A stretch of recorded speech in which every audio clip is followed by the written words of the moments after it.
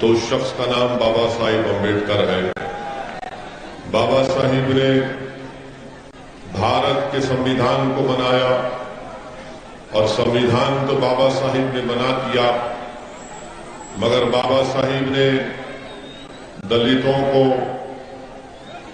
ونچت سماج کو، پچھڑوں کو، مسلمانوں کو، آدیواسیوں کو یہ پیغام دیا کہ سمویدھان تو ہم نے بنا دیا، ووٹ ڈالنے کا اختیار بھی تم کو دے دیا گیا ہے، مگر اگر تم کو سمویدھان میں جو پریامبل میں کہا گیا کہ لبرٹی، ایکوالٹی، فریٹرنٹی، جسٹس، بھائی چارگی، انصاف، آزادی، اگر تم کو یہ حاصل کرنا ہے تو آپ کو ایک سیاسی قوت بننا پڑے گا، آپ کو اپنے ایک پولیٹیکل لیڈرشپ کو بنانا پڑے گا۔ تو جو لوگ بابا صاحب امبیڈکر کو سلام کرتے ہیں اور ان سے محبت کرتے ہیں، میں ان سے اپیل کر رہا ہوں کہ وہ بابا صاحب امبیڈکر کے خواب کو اگر پورا کرنا چاہتے ہیں کہ اس وطن عزیز میں، بھارت میں، اس دیش میں اگر ہم یہ چاہتے ہیں کہ بھائی چارگی قائم ہو، اگر ہم یہ چاہتے ہیں کہ کمزوروں سے انصاف ہو، اگر ہم یہ چاہتے ہیں کہ ظلم اور زیادتی سے ہم کو آزادی ملے، تو میں ان تمام امبیڈکر وادی لوگوں سے اپیل کر رہا ہوں کہ گجرات کے آنے والے ویدھان سبھا میں آپ ایک مرتبہ مجلس کا ساتھ دیجیے، تاکہ کمزور جب ملیں گے تو ظلم کا خاتمہ ہوگا، جب کمزور ملیں گے تو ظالم پریشان ہو جائے گا، جب کمزوروں کی طاقت میں اضافہ ہوگا تو وہ مظلوموں کی طاقت میں اضافہ ہوگا، اور جب کمزور طاقتور ہو کر گجرات کی ویدھان سبھا میں اس کے اتحاد اور ووٹ کی طاقت کے بنیاد پر جب اس کا نمائندہ، اس کا ایم ایل اے کامیاب ہو کر جائے گا، تبھی جا کر گجرات کی ویدھان سبھا میں گومتی پور کے عوام کے تکالیف، مسائل، ان کے پرابلمز کا حل ہوگا۔ ورنہ یاد رکھو، میں گومتی پور کی جنتا سے اپیل کرنے آیا ہوں کہ آنے والے ویدھان سبھا کے چناؤ میں اگر آپ نے اپنے ووٹ کا صحیح استعمال نہیں کیا تو آپ کو یقیناً یہاں سے ایک دلت تو کامیاب ہو جائے گا، مگر وہ دلت جب کامیاب ہو کر گجرات کی ویدھان سبھا میں جا کر بیٹھتا ہے تو اس کو اس بات کی اجازت نہیں ملتی اپنی پارٹی سے کہ وہ اپنے ہی سماج کے بارے میں، اپنے ہی ویدھان سبھا کے ڈیولپمنٹ کے بارے میں بات کر سکے۔ اسی لیے جب کسی ایک جرنلسٹ نے بابا صاحب امبیڈکر سے پوچھا کہ بابا صاحب، بھارت کی پارلیمنٹ میں دلتوں کے لیے پارلیمنٹ کی سیٹ ریزرو ہے، تو آپ کیوں دلت لیڈرشپ کی بات کر رہے ہیں؟ تو بابا صاحب نے کہا کہ ہاں، یہ بات سچ ہے کہ بھارت کی پارلیمنٹ میں اتنے نمبر سیٹ پارلیمنٹ میں دلتوں کے لیے ریزرو کر دی گئی ہے، مگر جب وہ دلت جیت کر بھارت کی پارلیمنٹ میں جاتے ہیں تو وہ اپنا منہ کب کھولتے ہیں؟ بابا صاحب نے سوال کیا، اور بابا صاحب امبیڈکر نے کہا کہ وہ منہ اپنا اس وقت کھولتے ہیں جب ان کو انگڑائی لینا پڑتا ہے۔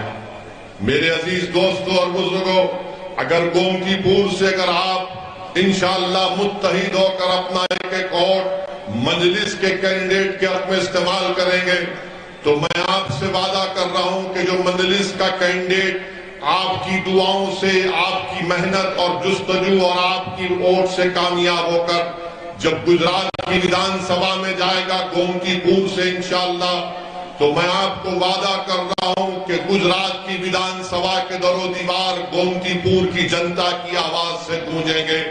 جب وہ گجرات کی ویدھان سبھا میں جائے گا تو خاموش نہیں بیٹھے گا، بلکہ وہ پکارے گا انصاف کے لیے، نہ صرف گومتی پور کے ڈیولپمنٹ کے لیے، نہ صرف گومتی پور کے ویدھان سبھا میں بسنے والے دلتوں کے لیے، نہ صرف گومتی پور میں بسنے والے غیور مسلمانوں کے لیے، بلکہ گجرات کے اگر کسی کونے میں اگر کوئی دلت اپنی شادی کی بارات گھوڑے پر بیٹھ کر نکالنا چاہے گا تو میں آج اعلان کر رہا ہوں کہ مجلس کا MLA اس دولے کی گھوڑے کے سامنے کھڑے ہو کر کہے گا کہ نکال اپنی شادی کی بارات، دیکھتے ہیں کہ کون مہیپال لال تیری شادی کی بارات کو روک سکے گا۔ یہ مزاج مجلس آپ کو دینا چاہتی ہے۔ اب ڈر ڈر کر زندہ نہیں رہیں گے، اب ڈر ڈر کر زندہ نہیں رہیں گے، اب گھٹ گھٹ کر اپنی زندگی کو نہیں گزاریں گے، اپنے آنکھوں میں آنسو لا کر مایوسی کو اپنائیں گے نہیں، بلکہ بھارت ہمارا وطن ہے اور رہے گا۔ یہ جمہوری ملک ہے، یہاں پر سنویدھان بابا صاحب امبیڈکر نے بنایا اور وہ سنویدھان یہ کہتا ہے کہ دلت بھی برابر ہے، برہمن بھی برابر ہے، ٹھاکر پٹیل بھی برابر ہے تو مسلمان بھی برابر ہے، کوئی مجھ سے بڑا نہیں، کوئی مجھ سے چھوٹا نہیں۔ یہ لڑائی میں کامیابی اگر حاصل کرنا ہے میرے عزیز دوستو، میری عزتدار ماں اور بہنوں، میرے غیور نوجوان ساتھیوں، تو میں آپ سے اپیل کر رہا ہوں کہ آپ متحدہ طور پر گومتی پور میں جب ویدھان سبھا کے چناؤ ہوں گے تو آپ مجلس کے کینڈیڈیٹ کے حق میں اپنا ووٹ کا استعمال کریے۔ یاد رکھیے، صرف ووٹ دینا کامیابی نہیں ہے، آپ برسوں سے صرف ووٹ دے رہے ہیں، آپ نے کبھی ووٹ حاصل نہیں کیا ہے۔ آج مجلس آپ کے درمیان میں آ کر کہہ رہی ہے کہ تم نے ہمیشہ ووٹ دیا ہے، آج تم کو ووٹ لینا ہے اپنے لیے، اپنے مستقبل کے لیے، اپنے بچوں کے انصاف کے لیے، گومتی پور ویدھان سبھا کی ڈیولپمنٹ کے لیے۔ میرے عزیز دوستوں اور بزرگوں، گومتی پور کی ویدھان سبھا میں آپ جانتے ہیں کہ یہاں پر سدی بشیر کی ایک مسجد بھی ہے، اور اس کے ایک مینار کے پاس اگر کھڑے ہو کر کوئی ایک مینار کے کمان کو ہلائے گا تو دوسرے مینار ہلتے ہیں نا، آواز بھی آتی ہے۔ تو یہ جو مسجد ہے، یہ جو سدی بشیر کی مسجد ہے، اس کو اگر میں سمجھانے کے لیے کہہ رہا ہوں، یہ سدی بشیر کی مسجد کی مثال گجرات کے مسلمانوں کے تعلق سے کہہ رہا ہوں کہ کوئی آ کر ہمارے گھر کی ایک کمان کو ہلاتا ہے تو ہمارے پورے گھر ہل جاتے ہیں، مگر یہ سدی بشیر کی مسجد اس بات کی گواہ ہے کہ زلزلے آئے تب بھی مسجد کو نقصان نہیں پہنچا، زلزلے آئے تب بھی مسجد کو نقصان نہیں پہنچا۔ ہاں، جب ظالم ظلم کرنے کے لیے آتا ہے، اقتدار کے نشے میں چور ہو جاتا ہے اور کہتا ہے کہ میں جو چاہے ظلم کروں گا، میں جس کو چاہے اس کی گردن کو کاٹ دوں گا، میں جس کو چاہے اس مہیلا کا بلاತ್ಕಾರ کروں گا، مگر گجرات کے مسلمان ان تمام ظلم کو برداشت کیے، اور یہ سدی بشیر کی مسجد اس بات کی مثال پیش کرتی ہے کہ ظالم نے ظلم کیا، ہمارے گھروں کو ہلایا، مگر ہمارے گھر ہلے، مگر ہمارے گھر کبھی نیست و نابود نہیں ہوئے۔ ظالم نے آ کر ہمارے گھروں کو ہلایا، مگر اس میں اتنی ہمت نہیں تھی کہ ہماری زبانوں سے کلمے کا خاتمہ کر سکے۔ ظالم نے ہمارے گھر کو ہلایا، مگر اس میں اتنی طاقت نہیں تھی کہ ہمارے دلوں سے رسول اللہ صلی اللہ علیہ وسلم کی محبت کو مٹا سکے۔ ظالم نے ہمارے گھروں کو مٹانے کی، ہلانے کی کوشش کی، مگر ظالم میں اتنی طاقت نہیں تھی کہ اولیاء اللہ کی محبت ہمارے دلوں سے نکل جائے۔ ظالم نے ہمارے گھروں کو ہلایا، مگر ظالم میں اتنی طاقت نہیں تھی کہ توحید کے پیغام کو ہماری نسلوں سے نکال سکے۔ اسی لیے میں کہتا ہوں کہ تمہاری مثال سدی بشیر کی مسجد کی طرح ہے، تم سلامت تھے اور انشاءاللہ صبح قیامت تک سلامت رہو گے۔ میرے عزیز دوستوں اور بزرگوں، میرے عزیز دوستوں اور بزرگوں، آپ جانتے ہیں کہ گومتی پور میں اس ویدھان سبھا میں اسکول کی ضرورت ہے، اچھے اسکولوں کی ضرورت ہے، اچھے اسپتال کی ضرورت ہے، مگر یہاں سے آپ نے کانگریس پارٹی کے ودھائک کو کامیاب کیا، کامیاب تو کر دیا،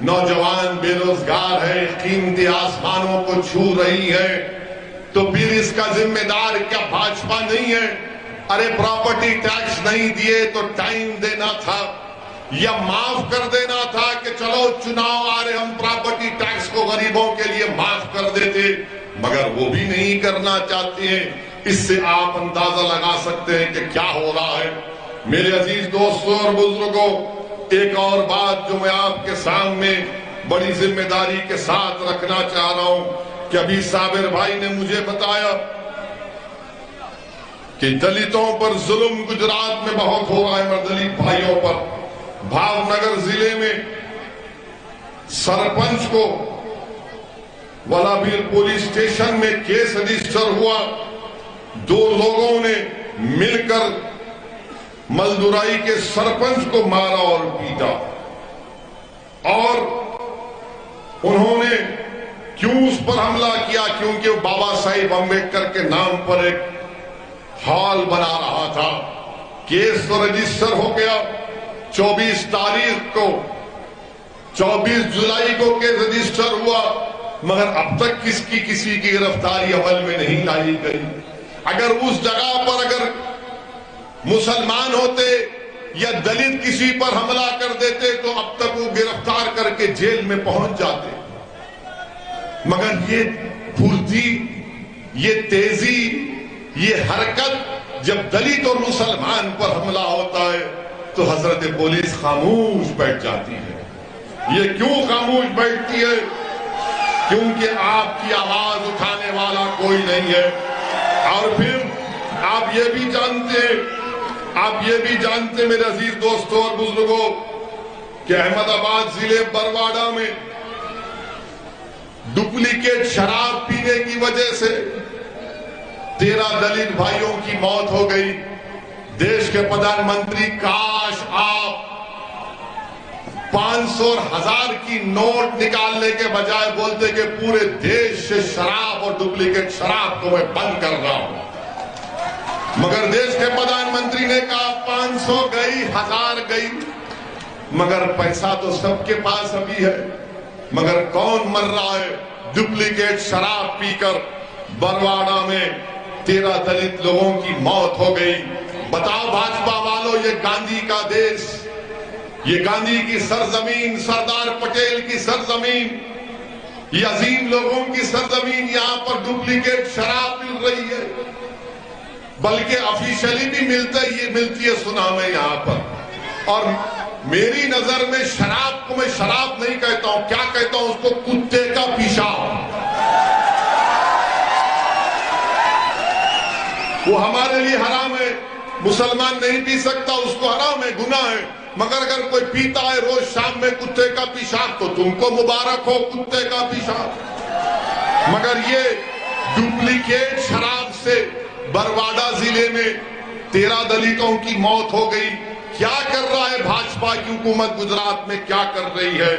میرے عزیز دوستوں اور بزرگوں، جیسا کہ میں نے آپ سے کہا کہ ہم اس سال بھارت کی آزادی کے 75 سال کو منائے ہیں۔ میں پوچھنا چاہتا ہوں بھاجپا کے لوگوں سے کہ کیا آپ جانتے ہیں آر ایس ایس کے لوگ، ابھی آر ایس ایس کے لوگ تو کبھی بھارت کی آزادی میں کچھ نہیں کیا، انہوں نے نہ لٹھ پرائے، نہ چڈی پہن کر پرائے، کچھ نہیں کیا انہوں نے۔ دیش کی آزادی میں آر ایس ایس کا کوئی رول نہیں تھا۔ اب گجرات کی سرزمین پر میں پوچھنا چاہ رہا ہوں بھاجپا کے لوگوں سے، مجھے جی گاؤں میں کیا جانتے بھاجپا والے شاہ بیگ مکرانی کون تھے؟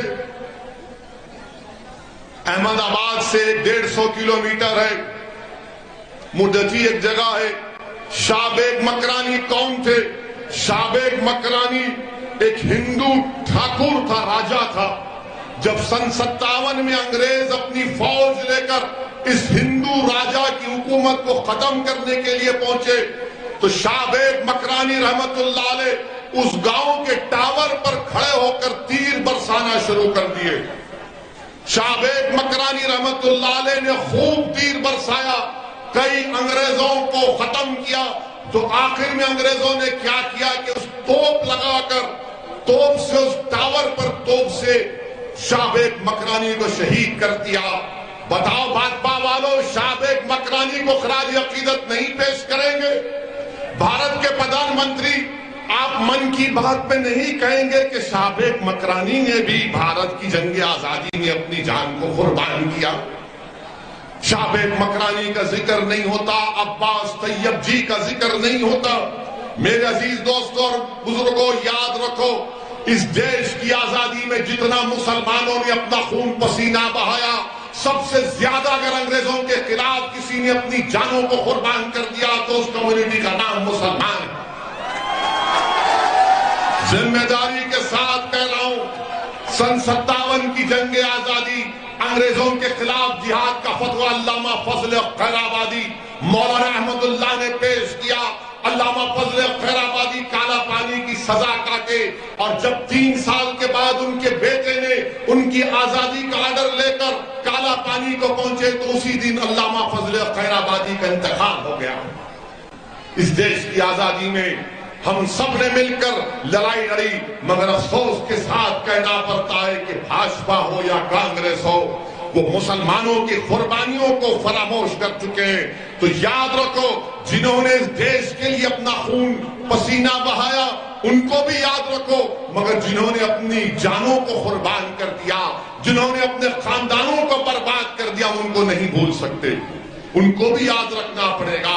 میرے عزیز دوستوں اور بزرگوں، وہیں پر آپ جانتے ہیں کہ آج سے چند دن پر، بلکہ آج کے دن، آج 10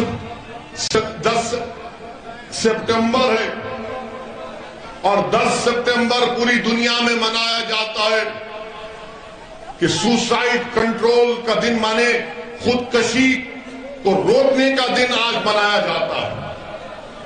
10 سپٹمبر کو پوری دنیا میں، وشو میں، سوسائیڈ یعنی خودکشی کو روکنے کا دن کے طور پر منایا جاتا ہے.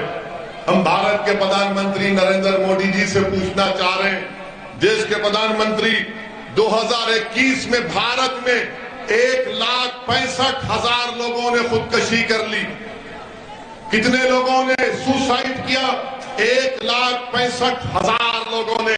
ہم دیش کے پردھان منتری سے پوچھ رہے ہیں، اگر بھارت وشو گرو بن چکا ہے تو خودکشی کیوں کر رہا ہے غریب؟ بتاؤ دیش کے پردھان منتری اور بھاجپا والوں، اگر بھارت ورلڈ کا سپر پاور بن چکا ہے تو پھر غریب سوسائیڈ کیوں کر رہا ہے؟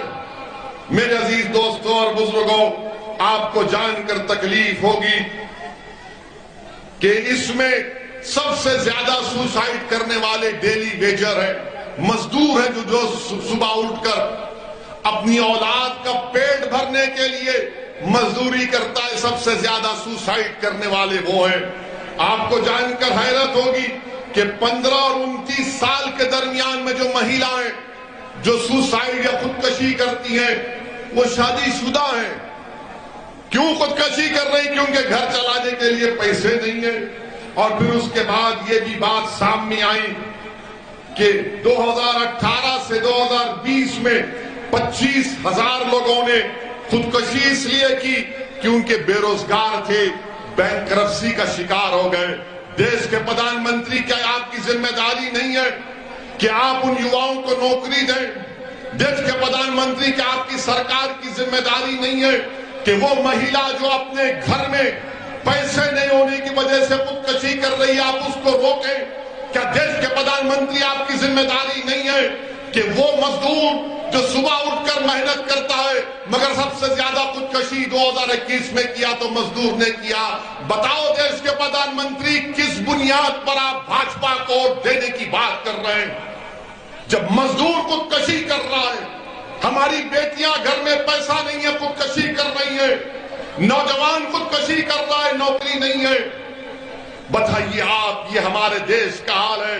میں یہاں پر کھڑے ہو کر ان تمام لوگوں سے اپیل کر رہا ہوں جن کے پاس پیسے نہیں ہیں، جو مشکلات میں زندگی گزار رہے ہیں، جو بھاجپا حکومت کے غلط فیصلوں کی وجہ سے ان یواؤں کا مقدر بے روزگاری بن چکا ہے. میں ان تمام سے اپیل کر رہا ہوں، میری بیٹیوں سے، میری ماں اور بہنوں سے، میرے نوجوانوں سے اپیل کر رہا ہوں کہ اپنی جان مت لو، اپنی جان مت لو، تم اپنی جان لوگے تو تجھ سے تمہارا نقصان ہوگا۔ تم زندہ رہو، تم اللہ سے امید رکھو، یاد رکھو، تم جد و جہد کرو، لڑو، اور اگر تم کسی نیتا سے ناراض ہو، کسی سرکار سے ناراض ہو تو اس ناراضگی کو اس کے خلاف ووٹ ڈال کر استعمال کرو، مگر خدا کے لیے اپنی جان کو مت گنواؤ، خودکشی مت کرو۔ خودکشی مایوسی کی نشانی ہے۔ تم لڑو سسٹم سے، تم لڑو اپنے حق کے لیے، تم روڈ پر نکل کر آؤ، تم مورچہ نکالو، تم مجھ سے بات کرو، ہم تمہاری لڑائی لڑیں گے، مگر خبردار تم کبھی اپنی جان کو نہیں گنوانا، تم اپنی جان نہیں لینا، تم زندہ رہنا۔ اور اگر تم سمجھتے ہو کہ کوئی حکومت، کوئی پارٹی تمہارا ساتھ نہیں دے رہی تو تم اس کے خلاف ووٹ دو، تم موت کے آغوش میں مت جاؤ، مگر اس پارٹی اور سرکار کے خلاف دے کر اس کو ایک سیاسی ڈیتھ دو، اس کو سیاسی موت دے دو اس کو۔ میرے عزیز دوستوں اور بزرگوں، پھر آپ یہ بھی جانتے ہیں کہ ایک اہم مدعا گجرات کا جو آپ کے سامنے آیا وہ یہ ہے میرے عزیز دوستوں اور بزرگوں کہ نریندر مودی کی بھاجپا کی سرکار کہتی ہے کہ راشٹرواد ہمارے لیے بڑا اہم ہے۔ بولتے ہیں نا کہ راشٹرواد ہمارے لیے بڑا اہم مدعا ہے، بولتے ہیں نا، ہر بھاجپائی بولتے ہیں راشٹرواد راشٹرواد۔ آپ کو معلوم ایک گجرات کا بیٹا جس کا نام لانس نائک گوپال سنگھ بھدوریا، جس نے کشمیر میں پاکستان سے آئے آتنکوادیوں سے مقابلہ کرتے ہوئے اپنی جان کی عظیم قربانی دے دی، اس کا نام لانس نائک گوپال سنگھ بھدوریا ہے۔ اور گوپال سنگھ بھدوریا اس کو شوریہ چکر دیا گیا، اور کیسے ملا اس کے پریوار کو شوریہ چکر؟ پوسٹ سے بھیجا دیا گیا، پوسٹ سے۔ کیا گجرات کے مکھیہ منتری وہ شوریہ چکر کو لے کر گوپال سنگھ بھدوریا کے ماں باپ کے چرنوں میں جا کر نہیں رکھ سکتے تھے؟ جس نے بھارت کی زمین کو پاکستان کے ٹیررسٹوں سے مقابلہ کر کے اپنی جان کو قربان کر دیا، آپ پوسٹ سے بھی جاتے ہیں۔ واہ بھاجپائیوں، تمہارا راشٹرواد تو دوغلا ہے، ڈپلیکیٹ ہے۔ تم اس گھر کو نہیں گئے، اس شہید کے گھر کو نہیں گئے جس نے آتنکوادیوں سے مقابلہ کر کر اپنی جان کی عظیم قربانی کو پیش کیا۔ تم نے گوپال سنگھ بھدوریا کو پوسٹ سے تم نے اس کے پاس بھیجا دیا۔ میرے عزیز دوستوں اور بزرگوں، میں آپ سے اپیل یہ بھی کرنا چاہوں گا کہ انصاف کی لڑائی لڑنا ہے مندرس کو اور آپ کو، اور میں اپنی بات کو مکمل اس وقت تک نہیں کر سکتا جب تک کہ میں بلقیس بانو کا ذکر نہیں کروں۔ بلقیس بانو صرف مسلمان کی بیٹی نہیں ہے، بلقیس بانو صرف ایک مہیلا نہیں ہے، بلقیس بانو ایک انصاف کا لڑائی کا نام ہے۔ جس مہیلا کو جو 5 مہینے کی پریگننٹ تھی، بڑی تعداد میں نوجوانوں کو دیکھ رہا ہوں، شاید نوجوان تم کو یاد نہیں ہوگا بلقیس بانو کا واقعہ۔ بلقیس بانو 5 مہینے کی پریگننٹ تھی، بلقیس بانو کے ساتھ 3 سال کی بیٹی تھی، بلقیس بانو کے ساتھ اس کی ماں تھی، اور دنگائیوں نے بلقیس بانو کو روک کر اس کی عزت لوٹی، اس کا بلاತ್ಕಾರ کیا، بلکہ جی نہیں بھرا تو بلقیس بانو کی ماں کا بھی بلاತ್ಕಾರ کیا، جب جی نہیں بھرا تو بلقیس بانو کے ساتھ جو مہیلا تھی ان کا بھی بلاತ್ಕಾರ کیا، اور ان ظالموں کا دل نہیں بھرا تو انہیں بلقیس بانو کے سامنے اس کی 3 سال کی بیٹی کے سر کو ایک پتھر پر مار کر اس کا قتل کر دیا۔ اس پر بھی دل نہیں بھرا ان جانوروں کا تو انہیں بلقیس بانو کی ماں اور دوسرے مہیلاؤں کا قتل کر دیا۔ بلقیس بانو رات کے اندھیرے میں چھپ چھپ کر آدیواسی بھائیوں بہنوں کے پاس گئی، انہوں نے اس کو کپڑا کیا۔